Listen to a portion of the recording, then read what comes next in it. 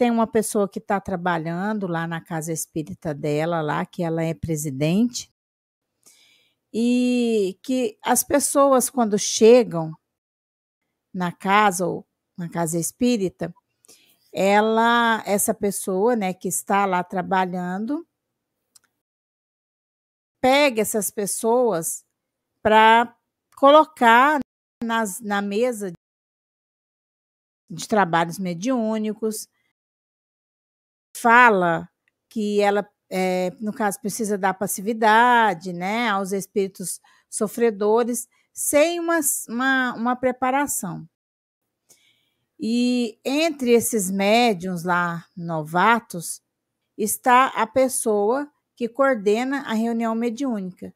Determinou que ele irá incorporar um médium baseado em psicografias de médiuns em pleno desenvolvimento, que nunca estudaram a obra de Kardec, e disse que a casa agora deverá realizar tratamentos de cura. Esse médico irá passar receitas de homeopatia, reiki, e passar cada um dos nomes dos atendidos para os médios que ficarão apostos na sala de desobsessão. Os médios dando passividade, ela pôs 10 antes, não sei o que são 10 passividades. Cada um. Né? Ficamos extremamente exaustos. Sim. Essa mesma pessoa quer abrir ao público e pretende realizar esse trabalho com 100 pessoas toda semana. Abrir uma lanchonete dentro do centro para vender salgados. Preciso esclarecer, Jorge, sobre tudo isso para mostrar à diretoria da casa para poder conter essa pessoa que está fazendo tudo isso. Ela é presidente e não está nem dormindo à noite com todas essas coisas que andam acontecendo lá na casa espírita, que ela também trabalha e é presidente. O papel do presidente de uma instituição espírita é ser o coordenador de tudo que acontece dentro da instituição. Então, essa é a função precípua do presidente e da sua diretoria, porque, em princípio, o presidente não atua sozinho, ele atua com um grupo de pessoas. Vou primeiro falar lá uma coisa que exatamente pode não ser diretamente para esse caso, mas é bom que todo mundo ouça. As instituições espíritas, elas precisam ter 2 documentos. Um é o estatuto, que é uma relação da casa com a sociedade, estabelece funcionamento, diretoria, essa coisa, eleição, a parte mais jurídica, legal da instituição. Mas tem que existir um outro documento que não se registra em cartório, portanto, não tem custo, como o estatuto, que toda vez que vai ter que registrar, paga-se um valor razoavelmente alto, que chama-se regimento interno. As instituições espíritas precisam ter regimento interno. É um documento firmado antes que os problemas aconteçam, sobre como é que funciona a mediúnica, quem pode participar dela, e se a pessoa faltar, pode pessoas sem conteúdo doutrinário participar, quais são as condições, como deve ser o atendimento. Isso tem que estar definido no regimento interno, porque quando não está no regimento interno e o problema acontece, as decisões são pessoais. Como não tem regimento, aí você vai ter que dizer, não, mas eu não concordo com isso, não, mas eu também não acho.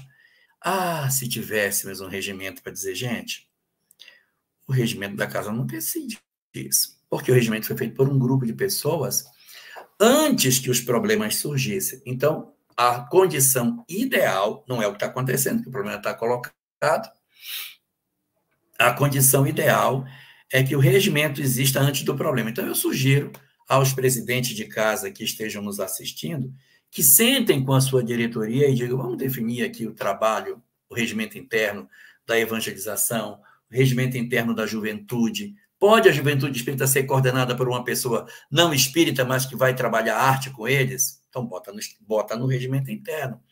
A mediúnica, o trabalho assistencial, as tarefas da casa, elas precisam ter normas de funcionamento. Mas isso tem que ser feito antes do problema surgir, para ser mais fácil lidar com isso. Agora o problema está posto. Me causa estranheza você ser a presidente da casa e todas essas coisas estejam acontecendo.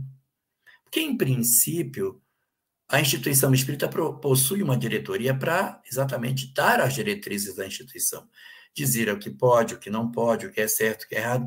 E a diretoria, ela tem exatamente esse papel coletivo para não deixar com que diga o presidente não deixou, o presidente não quis. Tudo tem que ser primeiramente discutido em diretoria, para isso que ela existe. Então, nós vamos criar um trabalho de cura, né, como você chamou. Estou chamando pelo nome que você falou. Vamos fazer um trabalho desse tipo, a diretoria tem que ser participada antes. Não faz muito sentido que a gente estabeleça algum tipo de atividade na instituição nas costas da diretoria. Então, isso é um segundo ponto. O primeiro ponto que eu queria destacar é o regimento interno.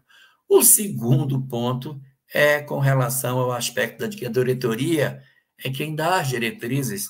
As coisas não podem acontecer sem o aval da diretoria. Mas também aconteceu. Quer dizer, já se pulou duas barreiras, a do regimento e da própria diretoria. O trabalho está agora acontecendo. E digo para você que os trabalhos que envolvem mediunidades muito ostensivas, eles são os trabalhos que a gente tem que ter muito cuidado. Porque são trabalhos que muitas vezes podem trazer algum tipo de dificuldade doutrinária para a casa. A casa pode até se encher de gente, porque o que mais tem são pessoas querendo cura, querendo uma operação, querendo tirar um tumor, querendo uma saúde física. Isso é o que mais tem. Mas quando a gente estuda a doutrina espírita, que sabe que a doença física, ela é, na boa parte das vezes, para não dizer a totalidade, ela é oriunda de um processo espiritual que eclodiu depois no corpo. Então, a gente trabalhar só o corpo, já se sabe que é uma questão menor. E assim, então a gente não deve, evidentemente, virar as baterias da casa na direção do trabalho de cura, como se ele fosse o trabalho mais importante. Esse é o meu terceiro ponto para colocar. Porque nós não somos, na verdade, uma instituição para colocar a cura física na frente de qualquer outra prioridade. Pode acontecer que as pessoas se curem fisicamente? Claro que sim, é plenamente possível. Mas essa não pode ser nossa prioridade. Se é espiritismo, não pode ser corpismo. Se o nome da doutrina fosse corpismo, aí tudo bem, fazia uma cura do corpo e pronto. Mas não é, nós temos uma leitura da alma, então o nosso foco é na educação do espírito, na educação das pessoas, na transformação moral dos indivíduos. Se vierem curas, que venham, se elas acontecerem, que aconteçam, mas que não façamos nós a bandeira da casa como sendo um trabalho dessa natureza. Esse é meu terceiro ponto. Quarto ponto que eu quero colocar: não se cria grupos mediúnicos dentro do movimento espírita sem estudo doutrinário. Nós não temos hoje, como diretriz do movimento espírita, isso em nenhuma obra. A gente tem que entender que nós podemos até encontrar, no começo do século passado, instituições espíritas em que a reunião mediúnica era pública, em que as pessoas participavam da reunião sem nenhum tipo de preparo. Mas isso não era bom. Isso não foi bom. É a mesma coisa, como diz Hermínio Miranda, no livro Diálogo com as Sombras, de você fazer o atendimento de um psicólogo com uma plateia. Ninguém vai para um psicólogo com uma plateia para nos assistir. É uma conversa privada. E você precisa ter preparação para isso. Então, como o meu quarto ponto dentro dessa discussão, é que grupo mediúnico não se forma nas instituições espíritas mediante médiuns ostensivos. Não é esse o objetivo. Nós não somos a doutrina do espetáculo, em que a gente está atrás de médiuns fantásticos, e existem, mas que não necessariamente possuem um conhecimento doutrinário. No livro dos médiuns, Kardec diz assim, que entre o bom médium e o médium bom, fiquemos com o médium bom, e não com o bom médium, porque o bom médium ele pode ser muito ostensivo, mas ter um divórcio entre aquilo que ele faz e fala em relação àquilo que efetivamente se espera que um médium realize. Então, meu quarto ponto é sobre a estruturação do trabalho mediúnico. Meu quinto ponto é o seguinte: o que fazer agora? Porque não tem estatuto, perdão, não tem regimento, passou-se nas costas da diretoria, criou-se um trabalho de interesse material, que não é o objetivo da casa espírita, com médiuns despreparados, mas temos um quinto ponto. E aí? Como é que a gente vai resolver isso? Não faça um cavalo de batalha dentro da casa. Na minha experiência, nos meus 43 anos de doutrina espírita, eu não conheço nenhum caso, nenhum, de instituição espírita que tenha brigado e que ficou de pé. Todas as instituições que eu conheço onde houve briga, por mais certo que as pessoas se achassem, houve um racha. A instituição mingou. Quando acontece um processo de briga dentro da instituição e ela se divide, não são só os membros encarnados que se apartam, os desencarnados que não gostam de confusão também se evadem. E a casa fica vazia de emoções superiores. Lembremos que o nosso trabalho é um trabalho espiritual. Então, a gente tem que fazer tudo o que puder para que a gente não brigue, para que a gente não se desentenda, para que a gente não se ofenda. Embora você seja presidente da casa e tenha uma diretoria a seu favor e tenha todo o amparo legal, você pode fazer isso legalmente, você faz isso tranquilo. Até juridicamente, você constitui um advogado, você pode fazer. Você está togada para isso, porque você tem todos os instrumentos legais, você é presidente, tem a ata de eleição, você tem o estatuto, você constitui um advogado, você tira. Mas é péssimo se você fizer isso. Então, o que a gente pode fazer? O que a gente pode fazer? A gente pode pegar e verificar dentro da instituição quais são as pessoas que possuem a maior proximidade afetiva com quem está criando esse tipo de trabalho estranho. Para que esse que seja melhor aceito, sente para conversar. Não precisa ser na instituição. Conversa fora, vai ter um papo. Cara, não está legal o que vocês estão fazendo, isso aí não está bom. E orientá-los para que não façam isso. Duas coisas podem acontecer. Ele pode convencer o pessoal a recuar, isso pode acontecer, e o trabalho voltar à normalidade, mas a minha experiência diz que isso não vai acontecer. Pessoas que têm esse arroubo pela mediunidade, essa impulsividade pelo trabalho mediúnico, esse gosto de fazer atividades nesse sentido, eles têm muito a tendência de não recuar diante de trabalhos fenomênicos. Então, mesmo que você escolha uma pessoa mais pacífica para conversar, ele não vai ouvir. Então, por que eu vou procurar? Para não cindir, para não dissentir, para não brigar, para não escolher o confronto. Escolhe a pessoa mais pacífica, para que você use todos os recursos. Você vai conversar e eles, muito provavelmente, não vão aceitar. E aí vai ser a hora desta pessoa que tem uma maior proximidade, dizer a eles: por que vocês não fundam uma instituição? Funda. Ninguém é obrigado a ficar debaixo de um teto que o outro já tem. Se a casa tem essa diretriz e vocês têm tantos médiuns que têm esse interesse, não vai caber o trabalho de vocês aqui dentro.